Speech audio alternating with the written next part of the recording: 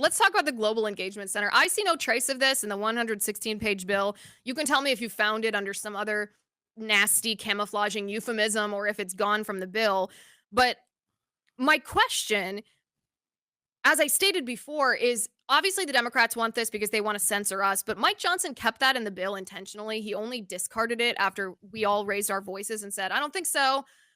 Why does he want it? Well, this is perfectly in sync with everything I've been saying for a very long time now. And unfortunately, the answer to this is a lot more complicated than I think people want to hear, but I'm just going to say it. So, first, a little bit of background on this fight. About a week ago, this was a news cycle some may recall. The State Department filed a notice in court that informing the court and the plaintiffs in a case suing them for censoring American news companies, the Daily Wire and the Federalist, sued the State Department for the Global Engagement Center's censorship operations, which targeted them.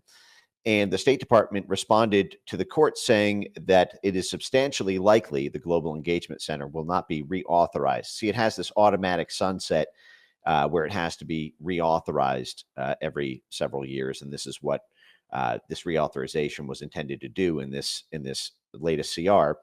And what they said is that the State Department has transmitted a notice to Congress regarding its plan for the potential forthcoming termination of the Global Engagement Center and its plan to realign the center's staff and funding to other department offices and bureaus for similar work. So basically, the Global Engagement Center network will continue whether there is a formal office or not. And I actually know exactly where they're going.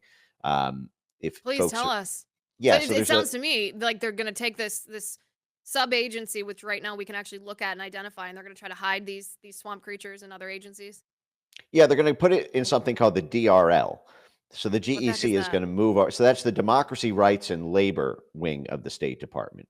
This is the Democracy Promotion Bureau that GEC was sort of tucked under, and this is what allows in essentially it's the regime change arm of the State Department. Right. It is the influence and political control arm of the State Department through which the information control subcenters flow through.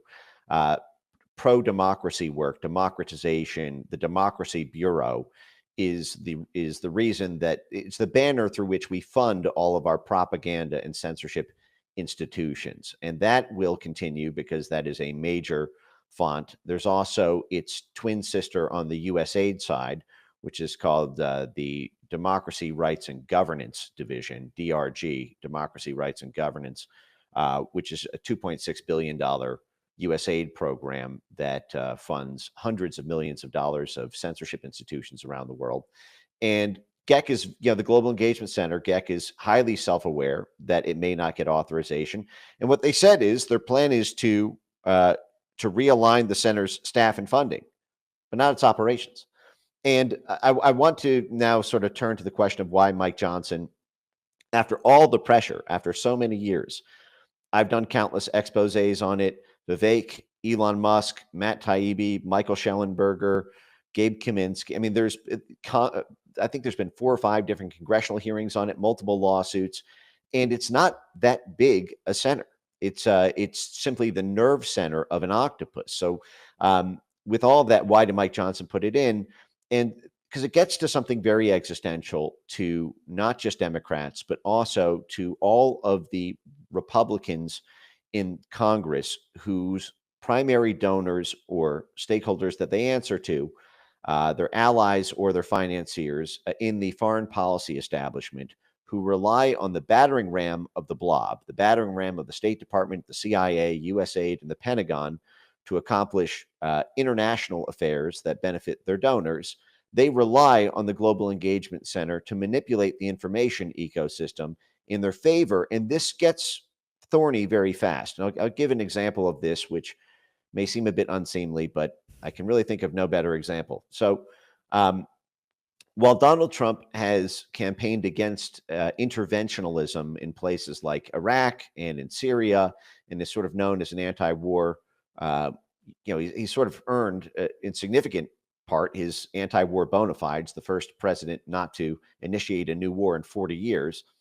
the fact is, there are many countries that are likely to be targeted for regime change over the next 4 years or 8 years if a JD Vance or Marco Rubio becomes president. And a great example of that is a place like Venezuela. Venezuela was targeted for regime change by Trump 1.0. We backed Juan Guaido. Juan Guaido was declared the president of Venezuela, even though he did not win that election. He was actually introduced at the State of the Union address, I believe, in 2019 or 2020, and both halls of Congress stood on their feet, and and he was heralded as the president of Venezuela.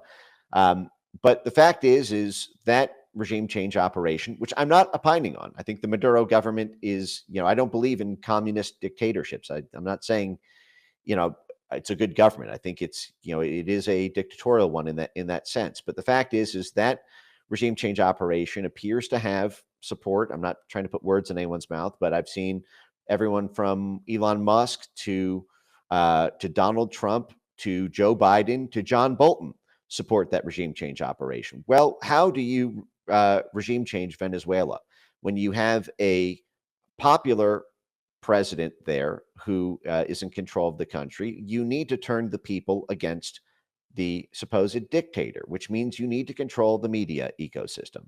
And in a social media world, that means you need to control the social media ecosystem, which means the global engagement centers work, whether the global engagement center exists with a formal office or it's tucked into the democracy, rights, and labor wing of the Bureau and continues to do that work.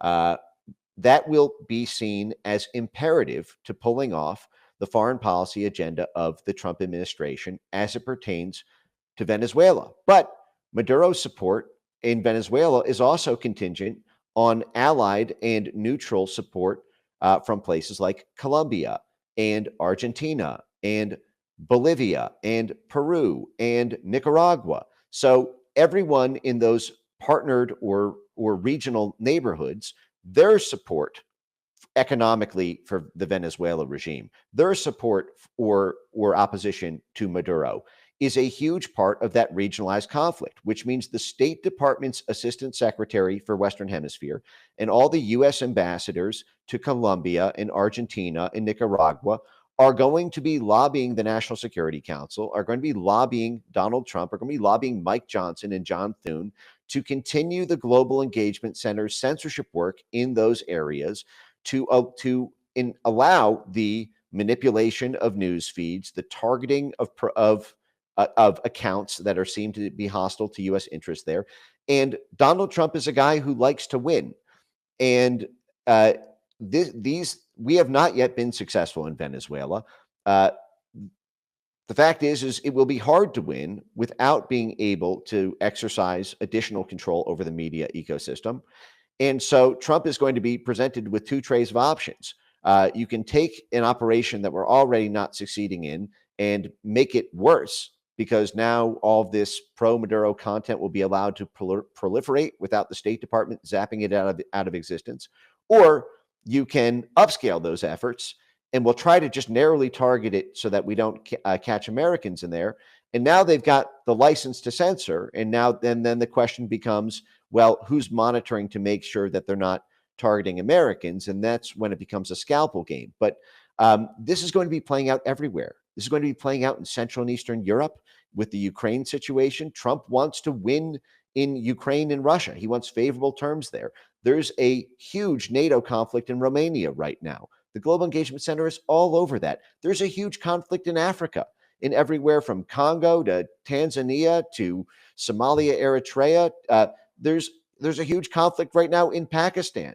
There's every single regional desk is going to be lobbying to keep its powers, and there's going to be a difficult decision that's going to be made about whether you want to win or whether you want to win in a way that is fair and respectful of the First Amendment. And we'll see now how the Trump administration responds to that pressure. Ooh, that is a spicy take. That's very interesting because it is almost nuanced.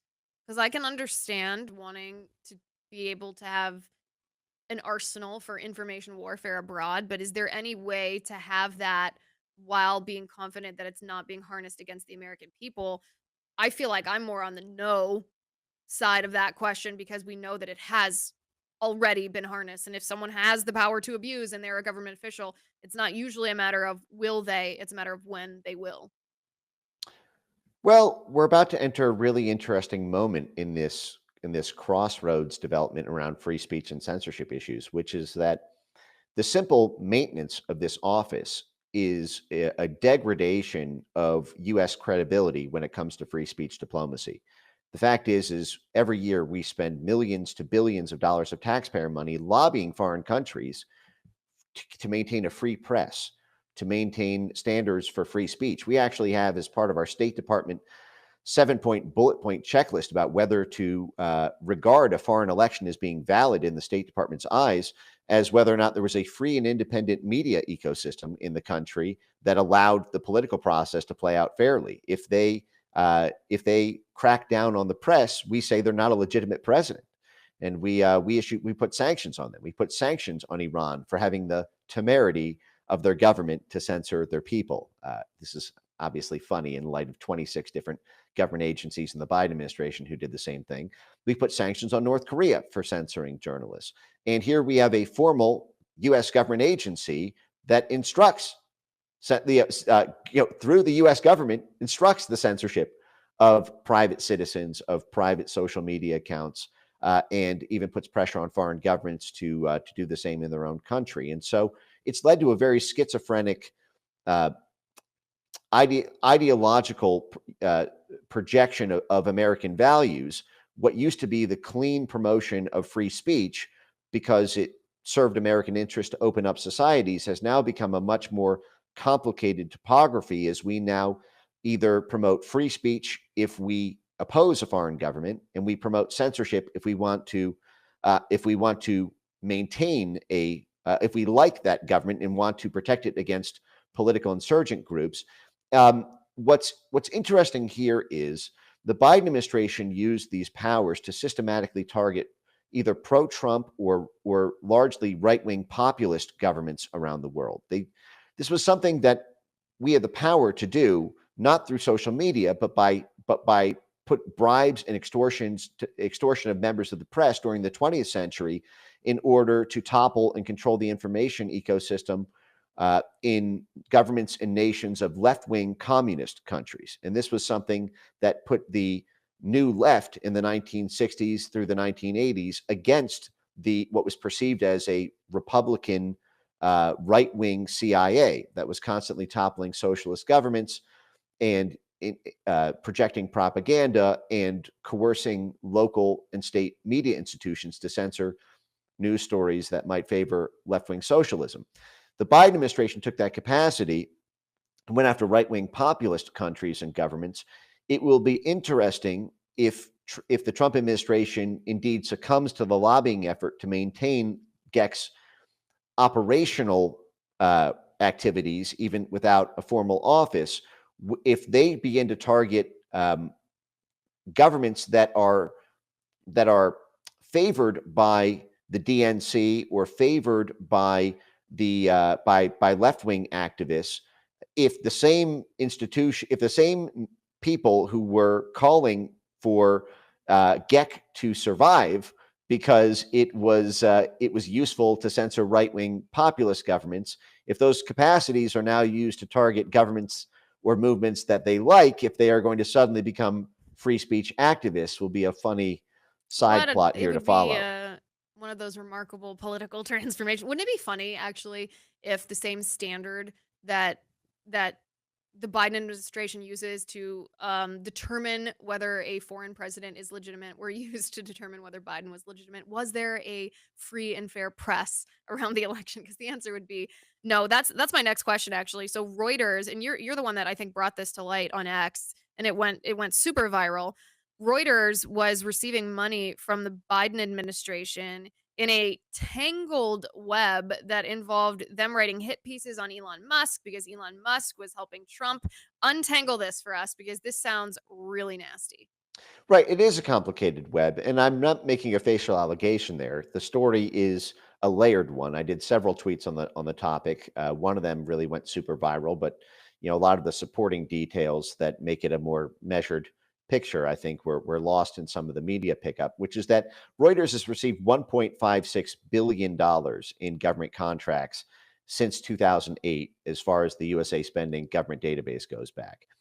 Now, Reuters is one of the two major news wires in the world. Reuters and the Associated Press being its main competitor there. And news wires occupy a special place in the media distribution system, which is that is where state, local, and national news groups often source their stories from. So if it's printed at Reuters, it will go out to local papers in Quebec, the far reaches of news institutions in Madagascar or Paraguay, because they don't have a local paper there, doesn't have boots on the ground on some geopolitical event happening in Pakistan. Whereas Reuters' size, and they've been around for almost, I mean, in some fashion, over 150 years. And so, they have this long relationship with the U.S. national security state.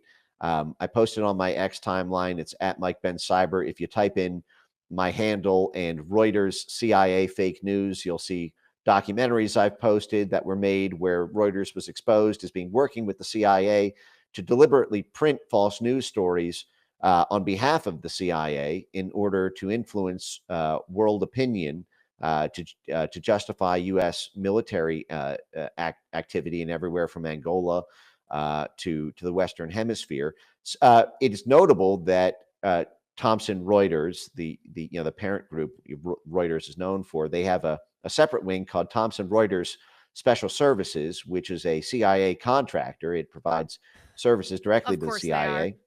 CIA. They've received $145 million in Pentagon contracts. Reuters has through Reuters Special Services.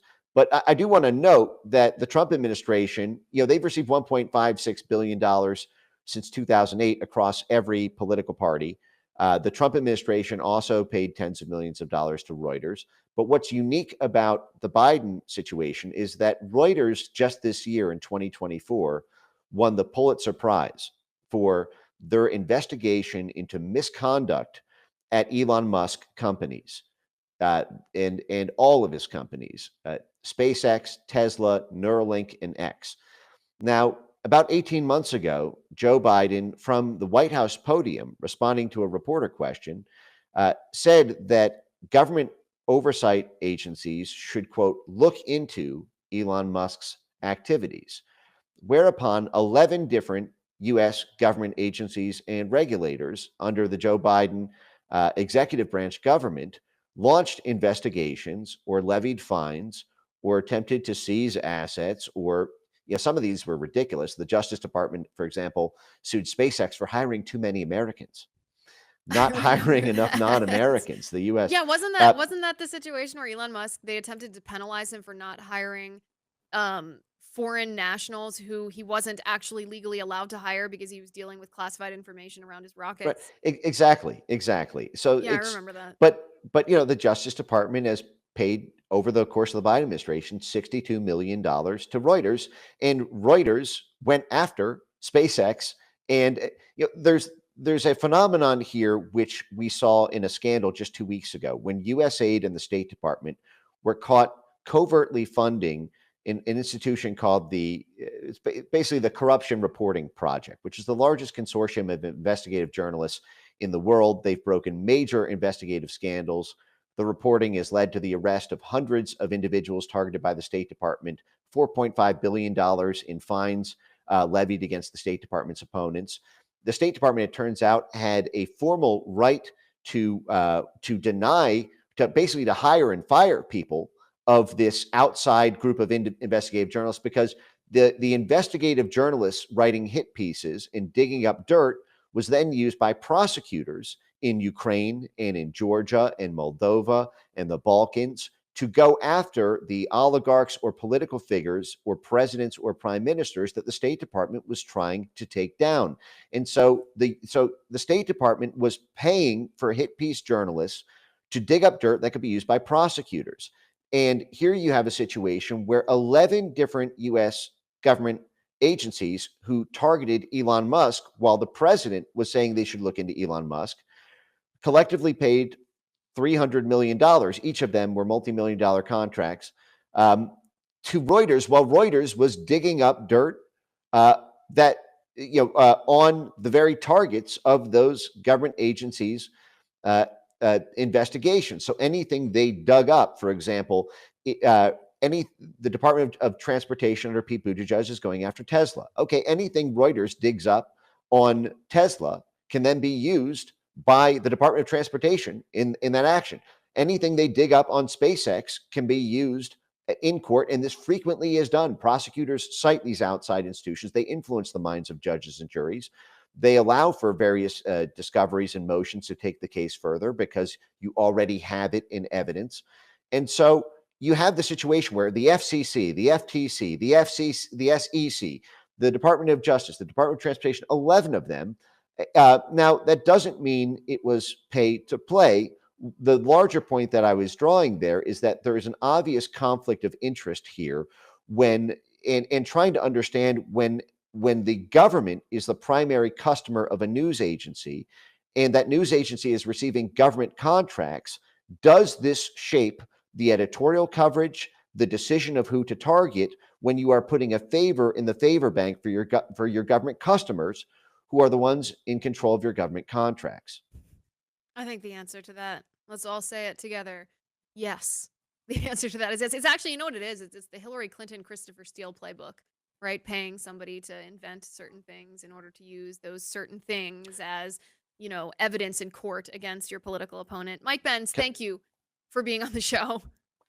okay, I'll save it for later. Okay, thanks, Liz. No, Talk to you. it's up to you. You have a hard out at 5. I could keep you for this whole show, so that's up to you. Reuters is also partnered with USAID, the very entity that was paying for political dirt to be used by prosecutors to arrest their political opponents in Ukraine, in Georgia, and Moldova, and Romania.